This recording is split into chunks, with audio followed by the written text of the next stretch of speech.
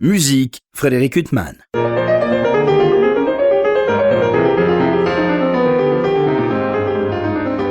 Bonjour Frédéric Huttman au micro, j'ai le plaisir de vous retrouver pour un nouvel entretien. Aujourd'hui j'ai l'immense plaisir de recevoir Héloïse Luzzati. Bonjour. Bonjour. Alors je vous reçois à l'occasion de la parution des 2 derniers volumes de votre collection La boîte à pépites. Le premier volume, enfin en 3 disques, était consacré à la compositrice Charlotte Sohi. Et là, alors il y a 2 compositrices, une dont le nom commence à être pas mal diffusé, Rita Straull, notamment sa musique de chambre. Et puis une autre dont le nom m'était, je dois avouer à ma grande honte, totalement inconnu, Jeanne Leleu. Vous faites paraître un premier volume consacré à la musique de chambre et des mélodies. Avant toute chose, on va citer quand même les artistes de ces disques, Héloïse Luzzati, parce que c'est quand même des plateaux de luxe. Alors Rita Straull, il y a Elsa Dreissig, Adèle Charvet, Stéphane Degout, Olivia Dalric, récitante pour des œuvres avec piano et récit. Célia Oneto Ben Saïd, Florian Karoubi et Romain Louveau comme pianistes.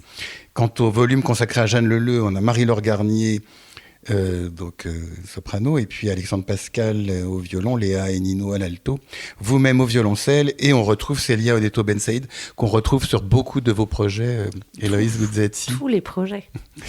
Alors, justement, puisque parallèlement, elle a fait paraître avec Raphaël Moreau aussi un disque consacré à des œuvres pour piano et violon de compositrices, mais on va revenir à ces volumes. Donc, vous aviez initié cette collection, La boîte à pépites, par Charlotte Sohi, avec 3 volumes consacrés à la musique de chambre, à la musique vocale et à la musique orchestrale. Donc c'était un grand coup que vous vouliez frapper avec ce premier volume. Oh, un grand coup, je ne sais pas, mais l'idée de créer une collection, effectivement, d'enregistrements inédits, ou presque tous inédits, servis de manière collective, avec à chaque fois des artistes divers et variés, à la fois de musique vocale, pianistes, chambristes, et d'essayer de donner une idée la plus complète possible des œuvres de ces compositrices. Alors on va peut-être commencer par Jeanne Leleu, qui est née en 1898 et qui est morte assez récemment, en 1979. Alors c'est quand même incroyable qu'une femme qui a vécu tout au long de large partie du XXe siècle soit comme ça tombée dans l'oubli, alors qu'elle avait une certaine notoriété de son vivant.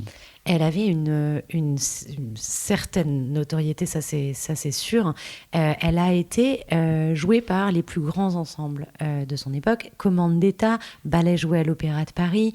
Elle a commande de la radio, beaucoup de commandes à la radio. On trouve beaucoup de traces sur l'INA, de ses enregistrements d'ailleurs.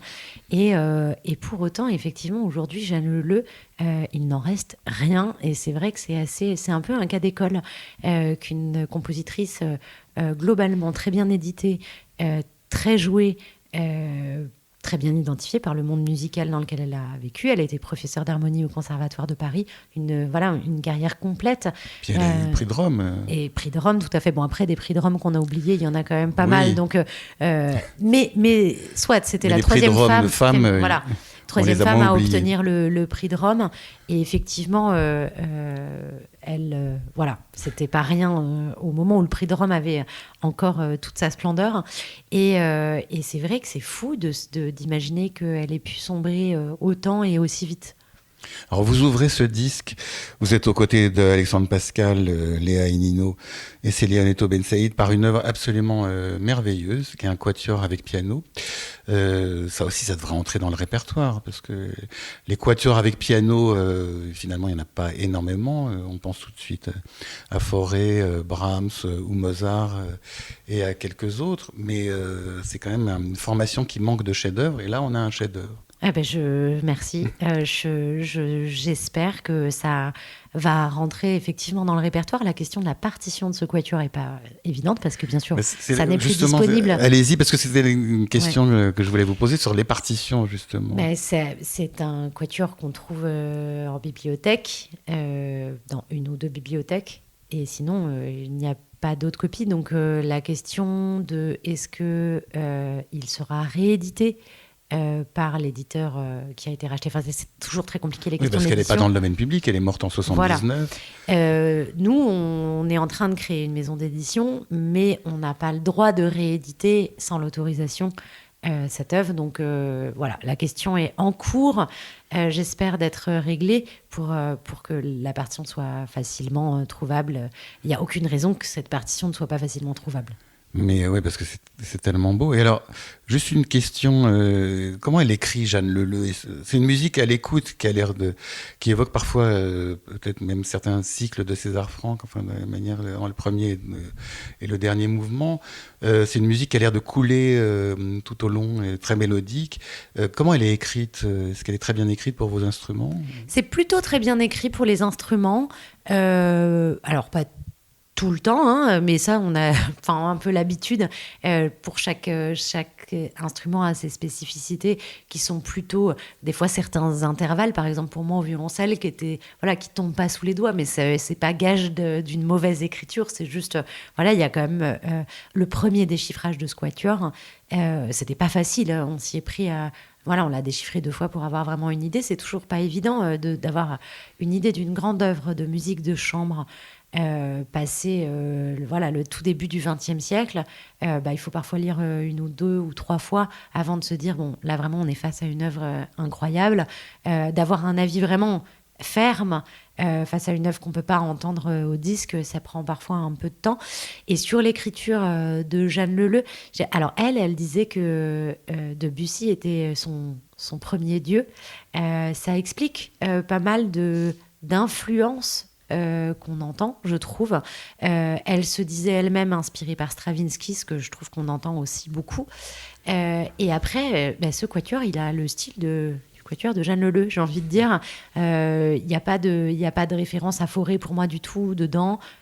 Si on peut toujours en trouver peut-être des cachets, mais il y a une utilisation du piano dans ce quatuor qui est presque comme celui d'un orchestre, qui fait bloc face au trio de cordes, qui lui-même fait bloc au piano, surtout dans le premier et dans le dernier mouvement. Et puis le deuxième mouvement qui est extrêmement mélodique et beaucoup plus chantant et beaucoup moins par bloc, et d'instruments qui se répondent les uns aux autres. C'est un magnifique mouvement d'ailleurs, ce deuxième mouvement. Vous parlez de Debussy, mais il y a aussi dans le texte qui accompagne ce disque, parce qu'il faut dire que chaque parution est très très soignée, non seulement l'iconographie, mais aussi les textes. Il y a des lettres de Maurice Ravel à Jeanne Leleu, très laudatives, pleines presque de tendresse, enfin, si tant est que Ravel soit à même parfois d'exprimer les choses avec une certaine intimité. Mais par exemple, dans une lettre que vous citez... au lendemain d'un concert, Mademoiselle, quand vous serez une grande virtuose et que je serai un vieux bonhomme, au comble des honneurs ou tout à fait oublié, vous aurez peut-être un souvenir très doux d'avoir procuré à un artiste la joie bien rare, d'avoir entendu interpréter une œuvre assez spéciale avec le sentiment exact qui y convenait. Merci 1000 fois pour votre exécution enfantine et spirituelle de ma Merlois. Et croyez, mademoiselle, au sentiment reconnaissant de votre dévoué Maurice Ravel. Il y a pire comme lettre. Comme début de vie, elle avait 12 ans, elle venait de créer ma Merlois, et effectivement, et après, elle a eu en examen de piano à la fin de ses études pianistiques au conservatoire le prélude de Maurice Ravel en déchiffrage, et elle l'a tellement bien joué que Maurice Ravel lui a dédié ce prélude après. Donc des fois, les pianistes connaissent Jeanne Leleu parce qu'il est marqué à Mademoiselle Jeanne Leleu sur la partition du prélude. Alors, ce qui est intéressant avec toutes ces parutions, la boîte à pépites et tout le travail que vous faites avec Elle Woman Composer et puis tout ce que vous faites paraître sur Internet, il faudrait 12 heures d'entretien, Héloïse Luzzati, pour évoquer tout ça.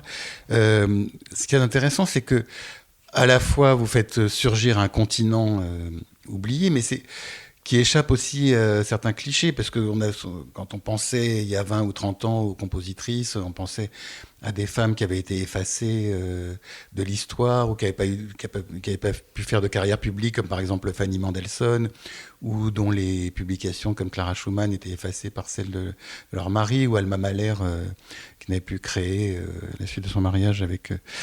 j'allais dire Maurice Mahler, mais plutôt Gustave. Donc on pensait à ça, bien sûr, avec tous ces clichés, mais en fait, ce qui est passionnant, c'est que d'abord, chaque personnalité est unique et une histoire unique. par exemple, on parlait du succès de Jeanne Leleu, mais malgré ce succès, le nom est effacé après la mort de la compositrice. Donc c'est quand même étonnant parce qu'on pourrait se dire ces femmes n'ont pas été jouées de leur vivant ou elles n'ont pas eu de succès. Et pour beaucoup, elles ont eu du succès, elles ont été jouées. Elles étaient de formidables pianistes souvent. Là, on parlait de Jeanne Leleu et puis il y en a bien d'autres. Mais le nom s'est effacé après. Mais, effectivement, à toutes les époques, les noms des compositrices après leur mort ont disparu. J'aime bien citer cet exemple au sujet de Louise Faringue, parce que Louise Faringue fait partie aujourd'hui des compositrices quand même un petit peu mieux identifiées que d'autres, où quelques années avant sa mort, on lui prévoyait un brillant avenir dans le dictionnaire universel en tant que compositeur de musique. Et quelques années après sa mort, dans ce même dictionnaire, il n'est plus écrit que professeur du conservatoire. Donc l'idée de la création a disparu de sa courte biographie dans le dictionnaire universel immédiatement après son décès. Ce qui questionne sur qui écrit l'histoire et comment elle est écrite, et quid de nos compositrices vivantes aujourd'hui dans 100 ans, parce que effectivement, une Louise Faringue, ses symphonies, elles étaient jouées, sa musique était éditée, soit son mari était éditeur, mais tout de même, sa musique était éditée, et elle a sombré immédiatement après sa mort. Sa musique n'était presque plus jouée ou plus jouée du tout. Et il y a certaines œuvres comme, je sais pas, des œuvres de Clémence de Grandval qui, je pense, n'ont jamais été rejouées depuis son décès. Mais Clémence de Grandval, comme d'autres compositrices de cette époque-là, et effectivement, au XXe siècle, c'est encore plus effrayant parce que elles sont mortes il y a très peu de temps et que, en fait, on connaît des gens qui les ont connues. Jeanne Leleu est décédée en 1979. Je connais des gens qui ont croisé Jeanne Leleu au conservatoire, c'est une évidence. Et pour autant, la mémoire n'est pas restée du tout.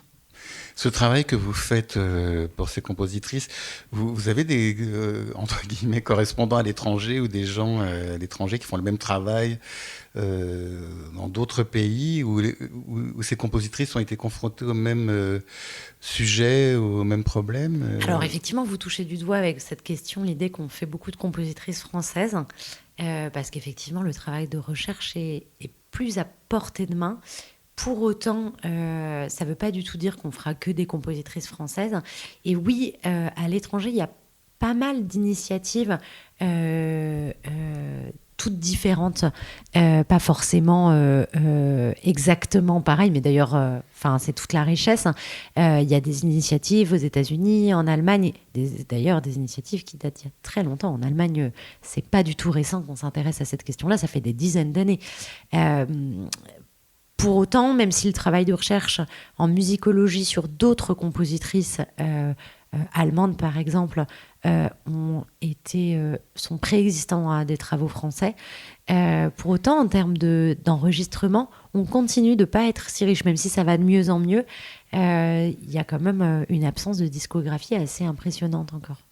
Mais vous, Héloïse Luzzati, dans votre apprentissage, quand vous êtes devenue violoncelliste, il y a des partitions de compositrices que vous avez jouées, quand vous avez travaillé ou jamais? Justement, c'est bien tout le... Par exemple, Rita Stroll ou... Ah bah non, mais personne... j'ai peut-être l'air plus jeune que je ne le suis, j'ai 38 ans, et moi, quand j'étais au conservatoire... Non, j'ai travaillé aucune œuvre de compositrice. Rita Stroll, personne ne savait qui elle était. Enfin, si, il y avait peut-être quelques personnes, mais moi, je ne les ai pas rencontrées, en tout cas. Et ça ne faisait pas du tout partie de... Peut-être que maintenant, c'est une sonate qui commence à être travaillée au conservatoire, mais à l'époque, c'était absolument pas le cas. Mais même... il n'y avait rien. Je n'ai travaillé aucune œuvre de compositrice pendant mes études. Et vous vous êtes dit à quel moment qu'il fallait que vous vous penchiez sur... À peu près à ce moment-là, j'ai commencé à me poser des questions, en tout cas, à être curieuse. Et à me dire, c'est quand même étonnant cette histoire, qu'est-ce qu'il existe. Et donc au début, c'était juste satisfaire une curiosité tout à fait personnelle, de connaître ce qui était appréhendable, je ne sais pas si ça se dit, mais de manière facile. Quels sont les livres, comme le livre de Florence Launay par exemple, il existe, il est édité, je le lis, je découvre des noms, j'apprends des choses, après j'essaie de trouver les enregistrements, et puis petit à petit, de se rendre compte d'une absence d'édition, de partition, d'enregistrement, et puis de noms totalement non identifiés.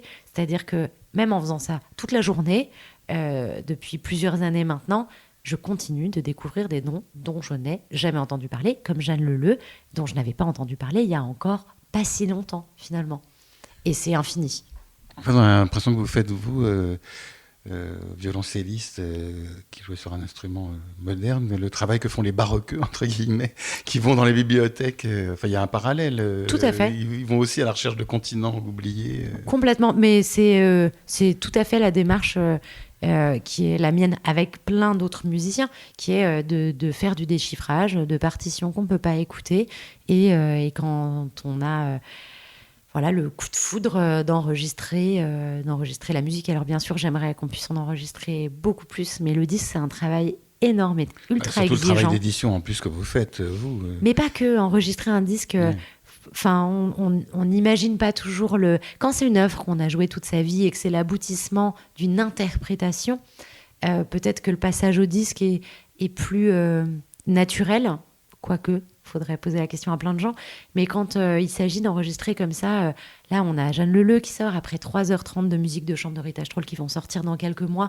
C'est, quand bien même on est beaucoup à enregistrer, c'est quand même un travail pour l'ingé son même, c'est que des œuvres qu'il n'a jamais pu entendre avant. Donc voilà, toute la musique à ingurgiter, c'est colossal. Et le passage au disque, même s'il est primordial pour réhabiliter de la musique, il est pas sans... Voilà, ça demande beaucoup d'investissement. Oui, mais c'est intéressant parce que quand on parle par exemple avec un chanteur qui va chanter un opéra de Mozart, il est confronté aux 1000 interprétations d'opéra de Mozart qu'il y a eu avant. S'il il chante un opéra très peu connu, il va se sentir très responsable parce qu'ils vont dire que la première écoute que les gens vont avoir de cet opéra, c'est par lui ou cette musicienne. Et vous êtes confronté à ça aussi, c'est-à-dire que la première fois qu'on va écouter des œuvres de Jeanne Leleu ou des œuvres de Rita Stroll ou de Charlotte Sohi, c'est par vous. Donc, si vous enregistriez une sonate pour violoncelle et piano de Beethoven, vous diriez je me confronte à 1000 interprétations avant. Et là, vous vous confrontez au fait que c'est la première fois qu'on écoute ces œuvres. Alors, tout à fait. Il y a un double effet à ça. D'abord, moi, alors celle-là, je parle vraiment juste pour moi comme musicienne, ça a un effet totalement libérateur d'enregistrer des œuvres qui ne le sont pas, dans le sens où ça ne m'a jamais attiré d'enregistrer une sonate de Brahms ou de Beethoven parce que je me dis que 1000 personnes l'ont fait 1000 fois mieux. Enfin, j'ai l'impression de rien avoir à apporter. Bon, après, c'est moi avec ma confiance en moi. Oui, vous avez à dire, mais vous n'avez pas... Et c'est, voilà, c'est chacun son... Mais je me suis jamais senti... la nécessité ou l'envie d'enregistrer des très grandes œuvres du répertoire. Pour autant, j'admire ceux qui le font et je ne dis pas du tout que c'est pas utile, c'est merveilleux de le faire. Et donc, d'enregistrer des œuvres qui ne le sont pas me libère, moi, d'une certaine manière. Après, effectivement, de manière collective, effectivement, il y a une grande responsabilité à enregistrer des œuvres qui ne le sont pas parce que ça fera que les autres auront envie de les jouer ou pas. Alors, on parlait de Célia Neto Ben Saïd, qui est... une musicienne proche de longue date, mais alors, quand vous avez des plateaux avec Elsa Dreising, Stéphane Degout, Adèle Charvet, Marie-Laure Garnier, ou Marie Perbost ou Aude Extremo, qui sont justement des chanteurs ou des chanteuses de plus en plus courus sur toutes les scènes. Est-ce que c'est plus compliqué de les avoir comme ça C'est devenu un peu ça fait bête de dire ça, mais c'est un peu une grande famille, la boîte à pépites, et chacun amène les amis de mes amis sont mes amis. C'est bien connu. Il faut qu'ils aient du talent. Hein, parce que moi, je veux bien être ami avec certains musiciens, mais je pense pas que vous allez me convier. Non, mais ce que je veux dire, c'est que, à part peut-être Stéphane Degout, c'était notre première collaboration, Aude Extremo aussi, mais sinon, c'est quand même globalement... des gens qui sont là au moment du calendrier de l'Avent. C'est Marie-Laure Garnier... quand on l'a appelée avec Célia, après avoir déchiffré les sonnets, parce qu'on déchiffre la mélodie, violoncelle et piano avant de la déchiffrer en général avec des chanteurs, et on l'a appelée en lui disant mais c'est pour enregistrer, mais dans quelques semaines. Et Marie-Laure, mais pareil avec Charlotte Sohi, elle a cette volonté, cette confiance, et elle vient enregistrer... dans des laps de temps parfois très courts, parce que en fait on est porté par cette énergie de découvrir de la musique. C'est des choses qu'on partage, qui nous enthousiasment chacune et chacun, je pense, beaucoup dans ces projets. Alors, il y a votre sœur qu'on retrouve, Constance Luzzati, harpiste, qu'on retrouve aussi dans vos projets et qui vous accompagne aussi, qui collabore pour... Qui écrit les textes sur les œuvres dans les disques, oui. Et c'est venu d'où? Alors d'abord, quand même deux sœurs comme ça, musiciennes, vos parents sont des musiciens ou il y a une tradition familiale? Musicien amateur, avec une maman qui a passé beaucoup de temps à nous faire travailler nos instruments respectifs. Ouais. Mais harpe et violoncelle, c'était... C'est des choix... Enfin, en tout cas, Constance, faudrait lui demander, mais je pense qu'elle a choisi son instrument. Moi, je l'ai totalement choisi, en tout cas, ça, c'est certain. Vous avez bien fait, enfin, l'une et l'autre, même si c'est quelqu'un d'autre qui a choisi pour votre sœur. Alors, bon, et puis il y a Mathilde Calderini qui collabore, je ne peux pas m'empêcher de la citer, cette merveilleuse flûtiste. On peut se dire avec au départ une certaine condescendance, bon bah c'est bien, toutes ces compositrices, c'est intéressant, toutes ces femmes qui ont été oubliées, c'est un travail gratifiant, intéressant, et puis bon on écoute, mais le problème c'est que ça se limite pas à ça, c'est qu'on découvre des chefs-d'œuvre aussi. C'est toute la démarche. Faut imaginer que sur nos travails de lecture, on éjecte énormément d'œuvres et on ne garde, surtout pour le disque, vraiment que des projets qui nous semblent indispensables. En fait, on se dit, mais c'est pas possible que ça ne soit pas enregistré.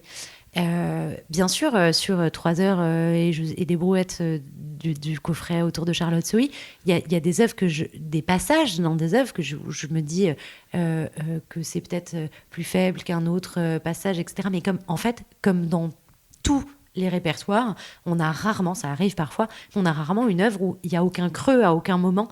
Et effectivement, le barème, c'est de se dire, c'est pas normal que ce soit pas enregistré. Allez, on va enregistrer. Alors, autre volume dont on n'a pas encore parlé, c'est le premier volume consacré à Rita Straull. Donc, c'est la musique vocale avec des chanteurs exceptionnels, on l'a dit, et des pianistes tout aussi exceptionnels. Alors, il y a Olivia Dalric récitante pour une œuvre qui est assez incroyable, très étonnante. Quand la flûte de Pan, poème de Sophie de Courpont. Qui était également compositrice, Sophie de Courpont. Voilà, alors c'est aussi une œuvre qui est très étonnante. Tout à fait. Et donc, oui, si vous voulez dire quelques mots. Sur la flûte de Pan. Oui. Alors, en fait, c'est donc... il y a plusieurs pièces de piano qui s'intercalent avec ces poèmes de Sophie de Courpont. Et on est clairement là dans un langage gamme parton. C'est presque le Alors, il faut savoir, Rita Straull, elle a composé d'abord des œuvres de musique de chambre dans un langage très romantique. Elle se disait elle-même un peu coincée dans le passé, donc certains pourraient dire que c'est une écriture passéiste. Moi, je veux dire que c'est juste romantique. Et puis, ces mélodies et ce cycle de Quand la flûte de Pan arrivent à un moment de jonction dans son écriture et dans sa vie de compositrice, où elle va recoller avec l'écriture de son temps. Et c'est vraiment par la mélodie et ses œuvres pour piano. Il y a aussi les musiques sur l'eau qui vont arriver pas longtemps après, qui est un cycle époustouflant. Là, vraiment un chef-d'œuvre pour un triptyque pour piano seul qu'on pourra découvrir dans le prochain volume. Et là, vraiment... complètement une écriture française extrêmement debussiste. Elle a écrit sur les Bilitis comme Debussy. C'est délicat de dire debussiste alors qu'elle est contemporaine de Debussy, mais c'est pour donner des références. C'est difficile de parler d'une musique qu'on ne connaît pas sans donner des références que les gens connaissent. Et je pense que c'est quand même une référence importante en ce qui la concerne. Et quand la flûte de Pan, c'est un cycle extrêmement poétique, surtout la dernière des pièces où on a à la fois la voix de la récitante ou du récitant et le piano qui s'entremêlent, voilà, comme un mélodrame. C'est extrêmement beau. Alors je dis juste aux auditeurs que elle est née en 1865 et morte en 1941 pour la situer effectivement, puisqu'elle est contemporaine de Debussy. Elle a vécu plus longtemps que Debussy, mais c'est quasiment effectivement contemporain. Et justement, vous parliez de Bilitis. Moi, je ne connaissais que les mélodies de Debussy qu'il avait extrait de quelques poèmes de Pierre Louis. Et donc là, on a 12 chants extraits des chansons de Bilitis. C'est incroyable aussi, c'est un continent aussi qu'on découvre. Complètement, et écrit de manière... on ne saura jamais qui l'a écrit d'abord. Et puis, il y a aussi des poésies de Baudelaire, mises en musique, qui naissent de 1894, interprétées par Stéphane Degout et Romain Louveau. Donc Stéphane Degout, nos grands barytons, vous l'avez, vous le connaissiez, vous avez cherché aussi un grand interprète. C'est Romain et Stéphane, Romain Louveau a l'habitude de jouer avec Stéphane et c'est lui qui a eu cette merveilleuse idée et qui lui a proposé d'enregistrer ce cycle que je vous disais, les amis de mes amis sont mes amis. Ça marche. Ça marche. Bah, ça marche très bien. Et alors, Rita Stroll, c'est quand même aussi une personnalité assez incroyable. C'est-à-dire qu'elle est allée vers une sorte de retraite, en quelque sorte, en composant des œuvres de plus en plus inaccessibles, de plus en plus compliquées, de plus en plus difficiles à mettre en œuvre. Tout à fait. Elle a, après donc, toute cette vague de mélodies, je synthétise un peu, bien sûr, c'est beaucoup plus imbriqué que ça l'est toujours. Il y a eu les œuvres symphoniques, d'abord avec la Symphonie de la forêt qui est jouable parce que c'est pour un orchestre normal, puis la Symphonie de la mer qui est pour double orchestre, donc là ça se complique, et puis après il y a ces grands cycles mystiques, le cycle chrétien, le cycle hindou et le cycle celtique, et elle a composé ces drames pour de tels effectifs tout à fait wagnériens que c'est peu probable qu'effectivement il faut espérer quand même qu'un jour quelqu'un ait envie de remonter tout ça, mais voilà, il y a du chemin à parcourir avant qu'il y ait des gens qui investissent tant de fonds pour recréer ça. Juste pour faire un écart de Rita Stroll, j'ai oublié d'évoquer une chose assez incroyable chez Jeanne Leleu, c'est ce fameux concerto pour piano et orchestre qu'elle a composé et qui est aussi perdu, dont on a entendu parler aussi, qui a été créé extrêmement bien commenté dans la presse de l'époque. Il a été composé en 1937, si ma mémoire est bonne, et elle a été la propre interprète de son concerto. Et c'est un concerto qui n'a pas été édité et qui était dit conservé chez elle.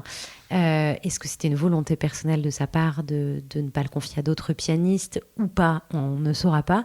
Mais effectivement, toutes nos recherches qui ont été très poussées pour le moment pour retrouver ce concerto n'ont pas porté leurs fruits. Après, on a encore quelques pistes pour essayer de le retrouver.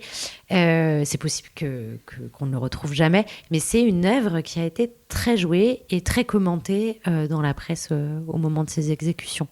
Alors, ces compositrices, que ce soit Jeanne Leleu ou Rita Stroll, se sont interrogées justement sur le fait d'être compositrice. Alors, Jeanne Leleu, elle vogue entre des idées assez originales et des idées de son temps assez conventionnelles. C'est assez étonnant aussi. Alors, est-ce qu'elles se sont interrogées elles-mêmes ou est-ce qu'elles ont été interrogées par la presse? Dans le cas de Jeanne Leleu, on n'a pas vraiment d'écrit personnel.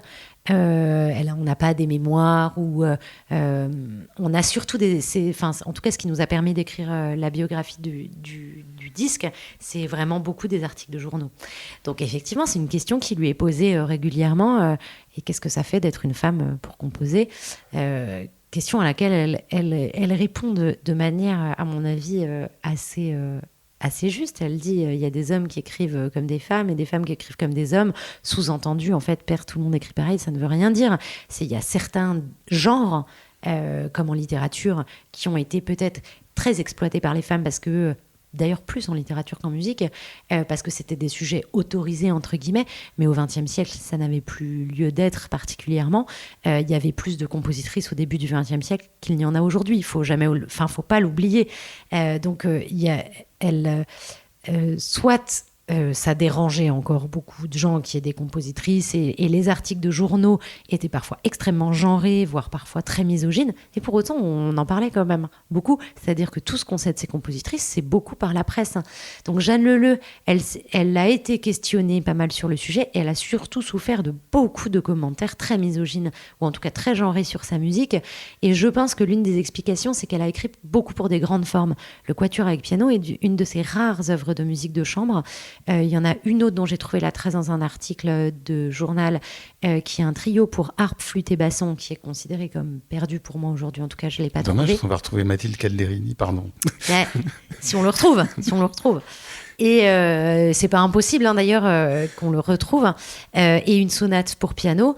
Et sinon, ce quatuor. Et après, sinon, elle a écrit des grandes œuvres, ballet pour l'opéra comique aussi.